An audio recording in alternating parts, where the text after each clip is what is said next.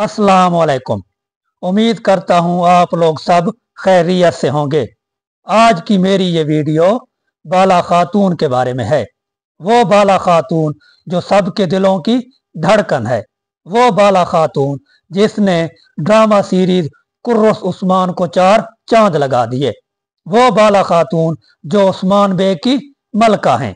आज की इस वीडियो में हम तारीख के एतबार से बाला खातून की वफात के बारे में बात करेंगे। क्या हकीकत में ही बाला खातून की मौत ऐसे जलने से हुई थी या किसी और वजह से? और दूसरी बात यह कि बाला खातून की वफात तारीख में उस्मान बे से पहले हुई थी या बाद में? लेकिन उससे पहले बाला खातून को चाहने वाले वीडियो को लाइक कर दें और प्यारा सा कमेंट्स कर दें। चलते हैं और वीडियो का आगाज करते हैं। उस्मान गाजी की बीवी बाला खातून की मौत के बारे में तारीख में मुख्तलिफ रवायात पाई जाती हैं और इसकी मौत की वजह पर भी इख्तिलाफात हैं।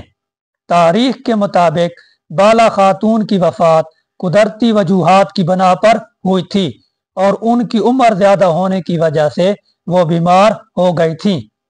तारीखी ज़राए के मुताबिक बाला खातून की मौत जलने की वजह से नहीं बल्कि तिब्बी मसाइल बीमारी की वजह से हुई थी।